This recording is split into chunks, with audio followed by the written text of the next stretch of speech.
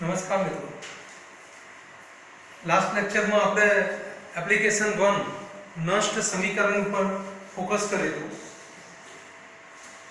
આજે નષ્ટ સમીકરણનો જ આ એક બીજો ભાગ છે, જેમાં એપ્લિકેશન નંબર 2 બિન પ્રમાણિત સ્થિતિમાં કોઈપણ વિદ્યુત રાસાયણિક કોષ આપેલો હોય, એટલે કે જેમાં તાપમાન 298 કેલ્વિન હોય પણ સાંદ્રતા 1 મોલર નથી, 1 મોલર કરતાં કાં તો વધારે હોય કાં તો 1 મોલર કરતાં ઓછી સાંદ્રતા હોય, તો આવો કોષ બિન પ્રમાણિત કોષ બને છે. અને આ બિન પ્રમાણિત સ્થિતિમાં વિદ્યુત રાસાયણિક કોષના પોટેન્શિયલની ગણતરી એના માટેની મેથડ આજે આપણે જોવાની છે.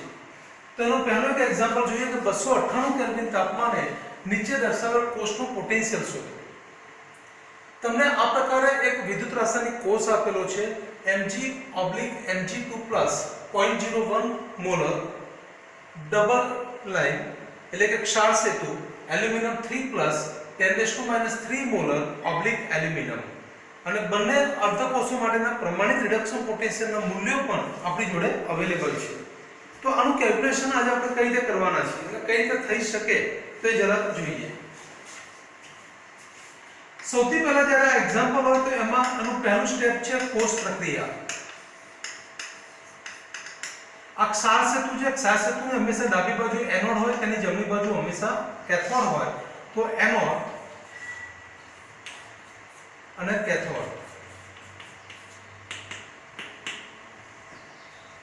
Mg એનો ઓક્સિડેશન આંક 0 છે, Mg2+ નો ઓક્સિડેશન આંક +2 છે. રેડોક્સનો નિયમ છે કે જે બાજુ ઓક્સિડેશન આંક વધુ હોય તે બાજુએ તફાવત જેટલા ઇલેક્ટ્રોન ઉમેરો.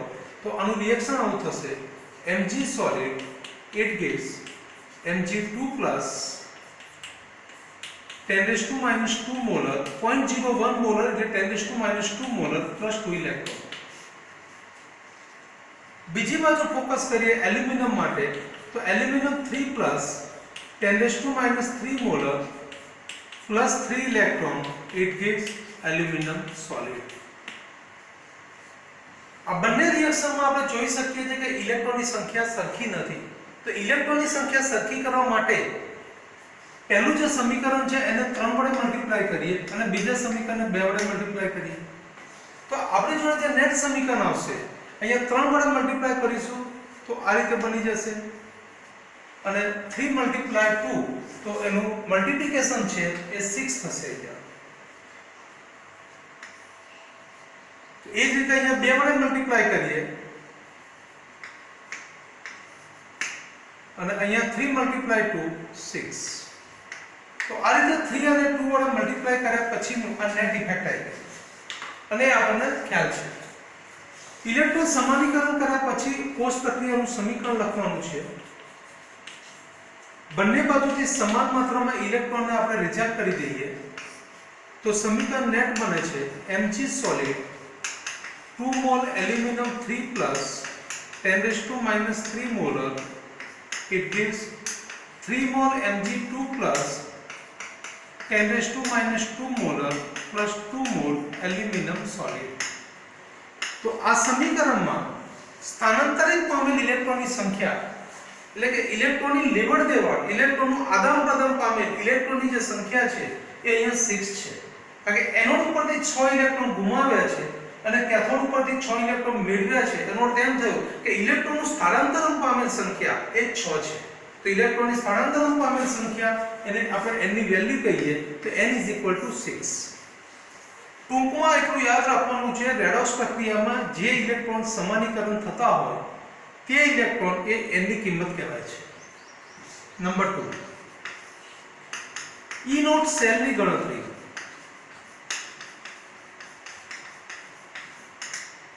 E0 cell is equal to E0 red cathode minus E0 red anode. આનો અર્થ એમ થયો કેથોડનો પ્રમાણિત રિડક્શન પોટેન્શિયલ અને એનોડનો પ્રમાણિત રિડક્શન પોટેન્શિયલનો તફાવત એ પ્રમાણિત કોષનો પોટેન્શિયલ છે. તો E0 cell is equal to E0 red cathode minus E0 red anode. અથવા તો તમે આમ બી લખી શકો કે E0 cell is equal to E0 right minus E0 left. પણ આ વધારે એપ્રોપ્રિએટ એટલા માટે કહેવાશે કે રિડક્શન પોટેન્શિયલ આપણે મેન્શન કરીશું તો એ વખતે આપણે થોડો એનો આઈડિયા પણ આવશે. તો ઇઝ ઇક્વલ ટુ જો કેથોડ ક્ષાર સેતુની હંમેશા જમણી બાજુ કેથોડ હોય ત્યારે ડાબી બાજુ હંમેશા એનોડ હોય, તો જમણી બાજુ જે કેથોડ છે એની વેલ્યુ રિપ્રેઝન્ટ કરીએ તો એલ્યુમિનિયમ 3+ એલ્યુમિનિયમ માઈનસ E0 એનોડનો રિડક્શન પોટેન્શિયલ તો Mg2+ Mg. અહીંયા આપણે રિડક્શન પોટેન્શિયલ લખવાનું છે તો ખાસ જોઈ લેવાનું 2 માંથી 0 ઓક્સિજનાત્મક ઘટાડો પ્રક્રિયા રિડક્શન, 3 માંથી 0 ઓક્સિજનાત્મક ઘટાડો પ્રક્રિયા રિડક્શન.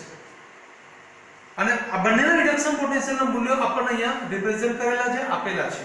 તો એની કિંમત ક્રમશઃ મેન્શન કરીએ તો -1.66 માઈનસ અને આ -2.36.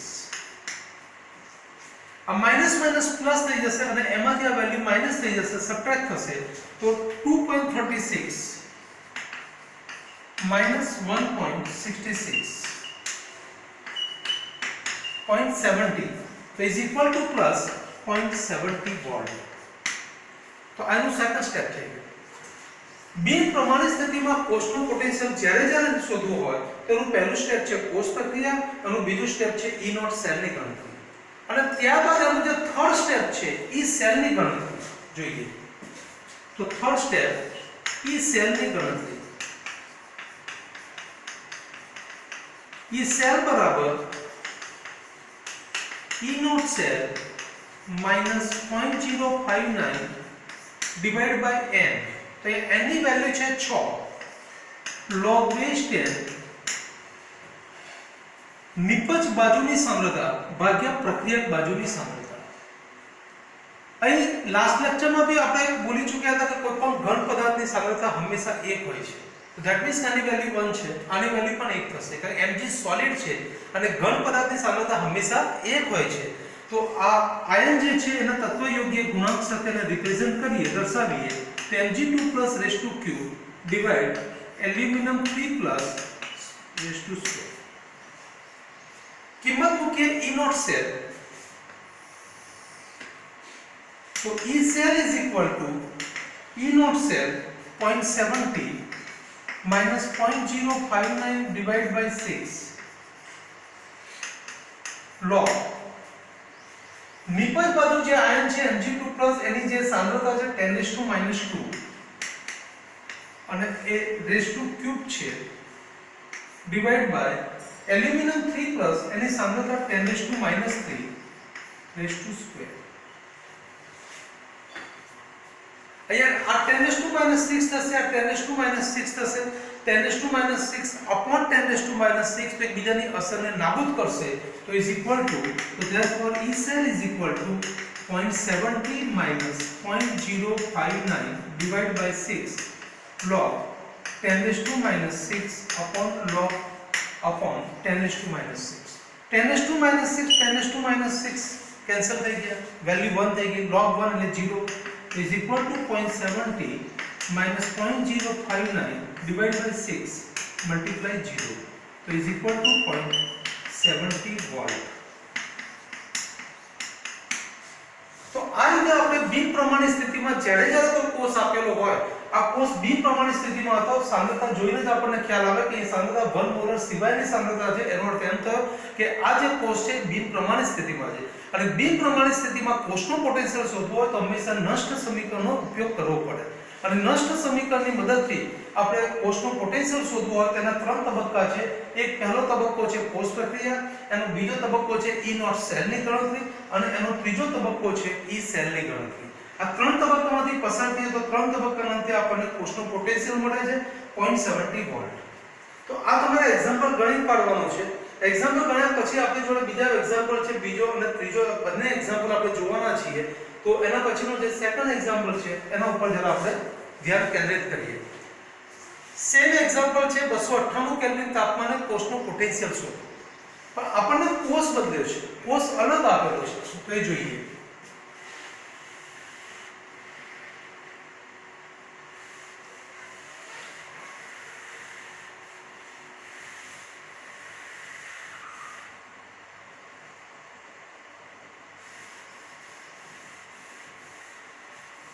એનું જે બેઝિક ફોર્મેટ છે, બેઝિક ફોર્મેટ ઘણું બધું કોમન રહેશે.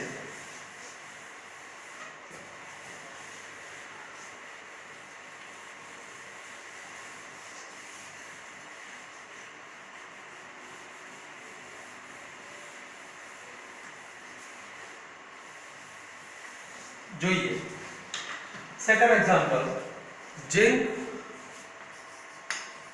ઓબ્લિક ઝિંક આયન, એની સાંદ્રતા છે 0.1 મોલર, ક્ષાર સેતુ Sn2 0.001 molar oblique T.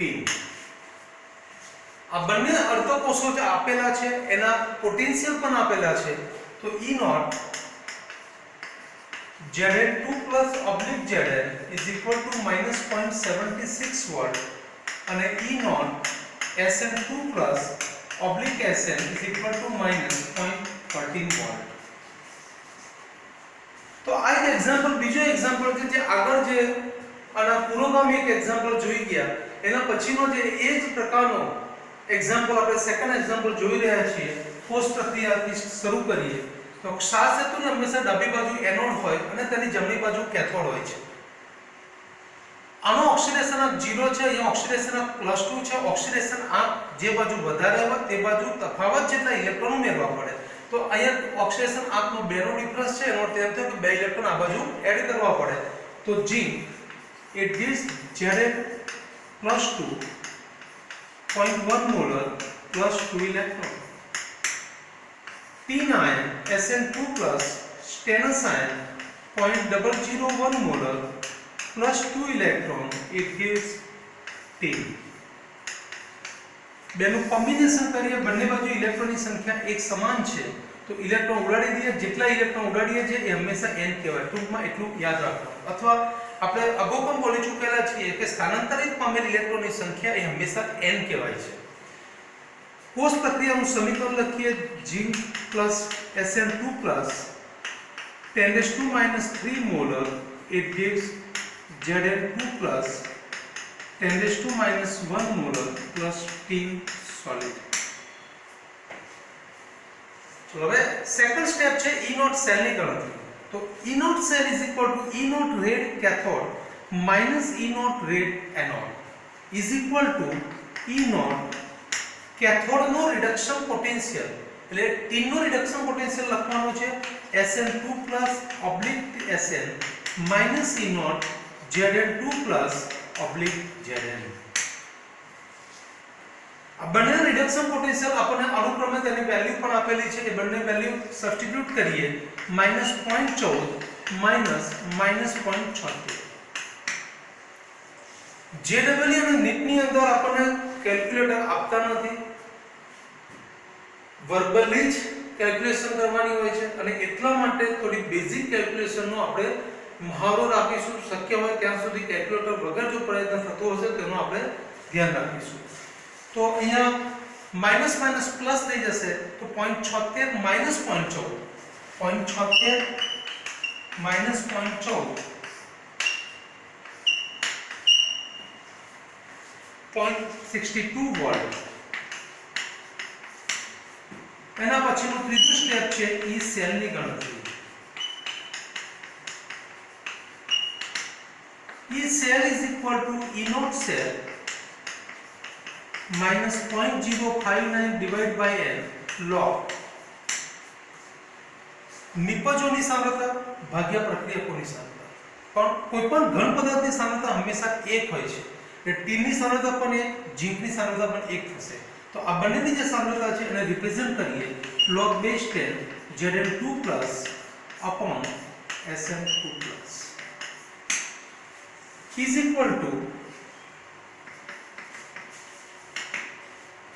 E0 से 0.62 वोल्ट છે minus 0.059 divided by n is equal to 2 log Zn ની સાંદ્રતા 10⁻⁻1 upon Sn2 એની સાંદ્રતા 10⁻3.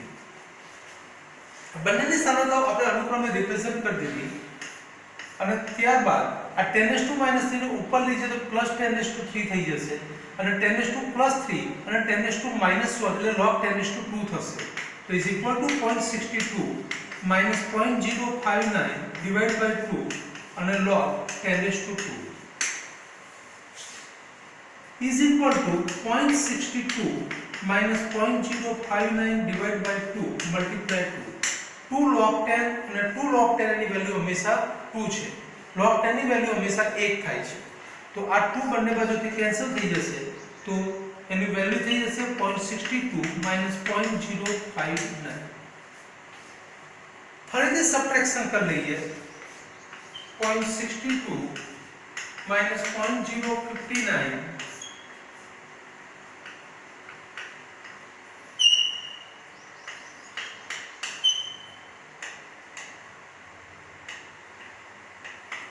is equal to plus 0.561 volt.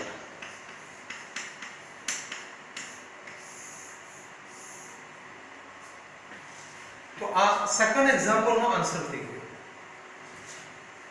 Example આપણે જોઈ રહ્યા છીએ કે પહેલો જે એક્ઝામ્પલ હતો એ જ બેઝિક ફોર્મેટ નો આપણે ઉપયોગ કર્યો અને સેકન્ડ એક્ઝામ્પલ કમ્પ્લીટ કર્યો પહેલો અને બીજો બંને એક્ઝામ્પલ જે જોઈ ગયા બંનેનો મેથડ કોમન હતી બંનેના સ્ટેપ્સ કોમન હતા માઇનર કેલ્ક્યુલેશનમાં થોડી અલગ ભિન્નતા હતી બાકી બધું સેમ હતું એનો પછીનો ત્રીજો એક્ઝામ્પલ છે જે JEE એડવાન્સમાં પૂછાયેલો છે 2016 માં પૂછાઈ ગયેલો છે અને 2016 માં પૂછાયેલો છે પ્લેટિનમ H2 એક બાર H+1 મોલર ક્ષાર સેતુ M4+1 aqueous M2+aqueous પ્લેટિનમ તમને કોષનો પોટેન્શિયલ આપેલો છે E cell is equal to 0.092 volt આપેલો છે E નોટ હાઇડ્રોજનનો રિડક્શન પોટેન્શિયલ આપેલો છે 0 વોલ્ટ એટલું જ નહીં E nought M4+1 M2+ is equal to 0.15 volt પણ આપેલો છે અને M2+/M4+ is equal to 10⁻x એ વેલ્યુ ફિક્સ છે તો આના ઉપરથી આપણે x શોધવાનું છે તો આ જે એક્ઝામ્પલ છે એમાં આપણે x ની કેલ્ક્યુલેશન કરવાની છે જોઈએ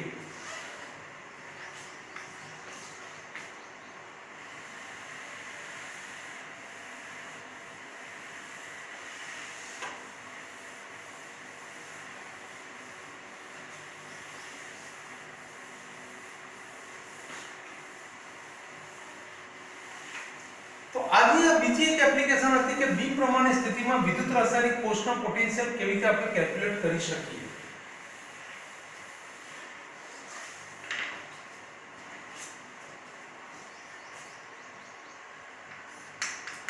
પહેલું સ્ટેપ છે કોષ પ્રક્રિયા એનોડ કેથોડ ક્ષાર સેતુ છે ક્ષાર સેતુ ડાબી બાજુ હંમેશા એનોડ હોય તેની જમણી બાજુ હંમેશા કેથોડ હોય તો એનોડ ઉપર જોઈએ તો એનોડ માટે H2 એક બાર it gives 2H+ એની જે સાંદ્રતા છે 1 મોલર તો સાંદ્રતા પણ રિપ્રેઝન્ટ કરીએ અને +2 ઇલેક્ટ્રોન કેથોડ પર M4+1 aqueous +2 electron it gives M2+ aqueous બંને બાજુથી 2 ઇલેક્ટ્રોન રિજેક્ટ થશે તો બાકીનું જે સમીકરણ છે એ કોષ પ્રક્રિયાનું સમીકરણ કહેવાય છે H2 એક બાર M4+1 2H+ plus M2+ aqueous n ની વેલ્યુ 2 છે બે ઇલેક્ટ્રોન અહીંયા કેન્સલ થાય એનો મતલબ છે કે n ની વેલ્યુ આપણને 2 મળે છે નંબર 2 બીજું step E nought cell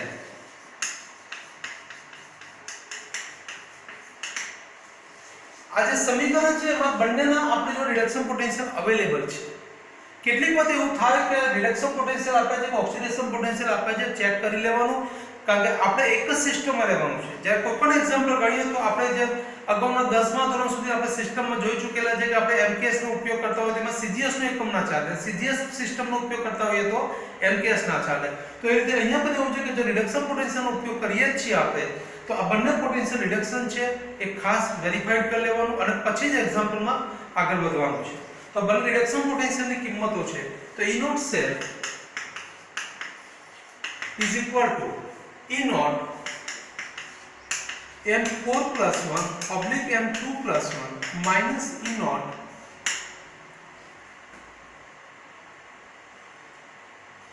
H plus oblique H2. તમે આની પહેલા એક ઇક્વેશન બી મૂકી શકો કે E naught cell is equal to E naught red cathode minus E naught red anode. અથવા એક સૂત્ર આપણે આવું પણ જોઈ ચૂકેલા છે કે E naught cell is equal to E naught right side minus E naught left side. એ બી બોલી શકીએ. તો આ વેલ્યુ થઈ જશે તો is equal to M4 plus 1 oblique M2 plus 1 any value છે 0.151 વોલ્ટ માઈનસ આનું 0.0 વોલ્ટ છે. તો is equal to 0.151 વોલ્ટ. અને એનું ત્રીજું સ્ટેપ છે E સેલ ઉપરથી x ની ગણતરી. નષ્ટ સમીકરણ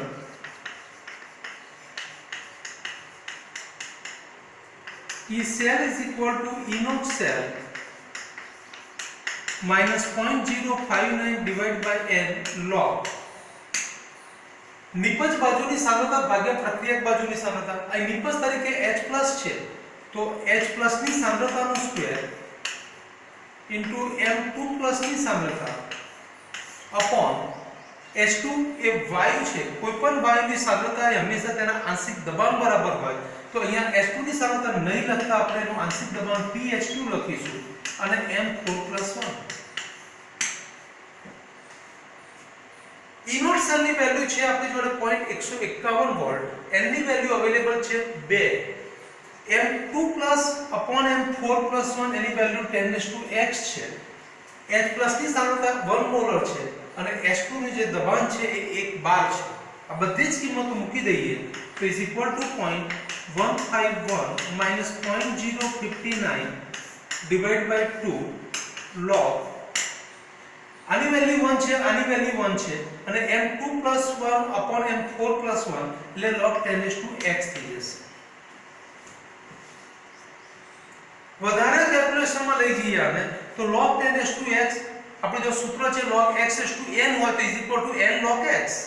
તો આ x આગળ આવી જશે x log 10 અને log 10 ની વેલ્યુ હંમેશા 1 હોય છે તો is equal to 0.151 minus 0.059 divided by 2 x log 10 અને log 10 ની વેલ્યુ હંમેશા 1 છે.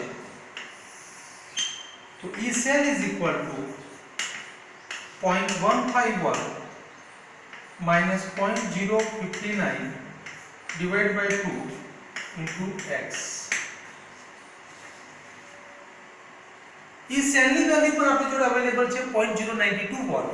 તો therefore 0.092 volt is equal to 0.151 minus 0.059 divided by 2 into x.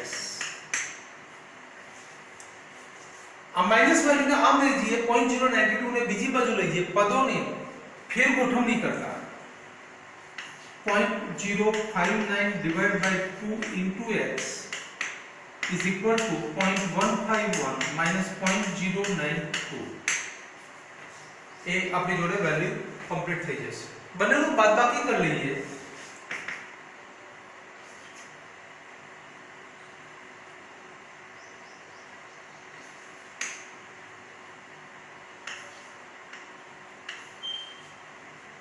તો આનું જે સબટ્રેક્શન છે એ 0.059 આવે છે.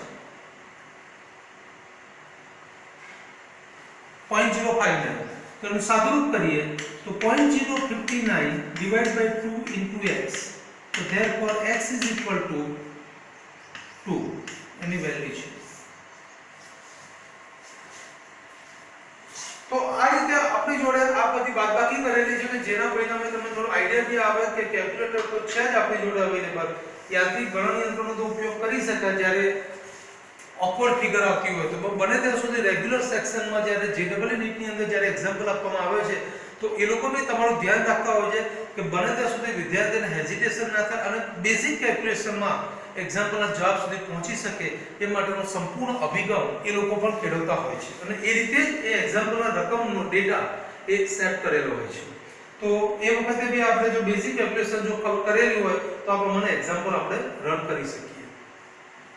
આ એક્ઝામ્પલમાં તમે જોઈ શકશો કે પહેલું સ્ટેપ કોમન છે, બીજું સ્ટેપ કોમન છે. અહીંયા આપણે ઈ શેરની ગણતરી કરતા હતા, જે શોધતા હતા કોસ પોટેન્શિયલ શોધવાનો તો કોસ પોટેન્શિયલની ગણતરી. અહીં આપણે x શોધવાનો છે તો આપણે x ની ગણતરી કરી અને x ની ગણતરી ઉપરથી આપણે x 2 ની વેલ્યુ ફાઇન્ડ આઉટ કરી છે અને આ એનો આન્સર હતો. એની અંદર ઓપ્શન હતા બધા x ની વેલ્યુના, જે આપણે પ્રાપ્ત કરેલો હોય ડેટા એ ઓપ્શન જોડે આપણે એને મેચ કરવાનો હોય છે. બીજું આ જ ટાઈપના બીજા એક્ઝામ્પલ સ્વપ્રયત્ન તમારે ચોપડીની અંદર એનો કોયડો 3.1 અને 3.5 આપેલા છે તો એ તમારે કરવાના છે. સેમ આ ટાઈપના જ પેટર્નના એક્ઝામ્પલ છે અને સ્વાધ્યાયની અંદર 3.5 છે.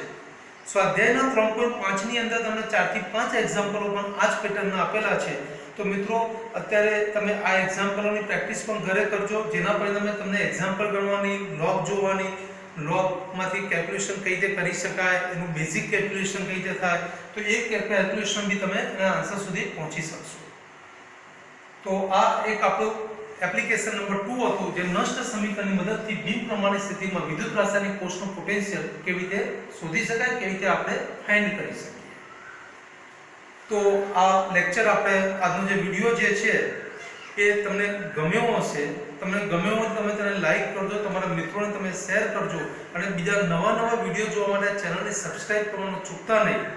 તમને કોઈ પણ પ્રકારની જો મુશ્કેલી હોય, કોઈ ડાઉટ હોય, કોઈ પ્રોબ્લેમ્સ હોય તો કોમેન્ટ સેક્શનની અંદર એને જરૂરથી તમે કોમેન્ટ મેન્શન કરજો, કોમેન્ટ દર્શાવજો. Thank you.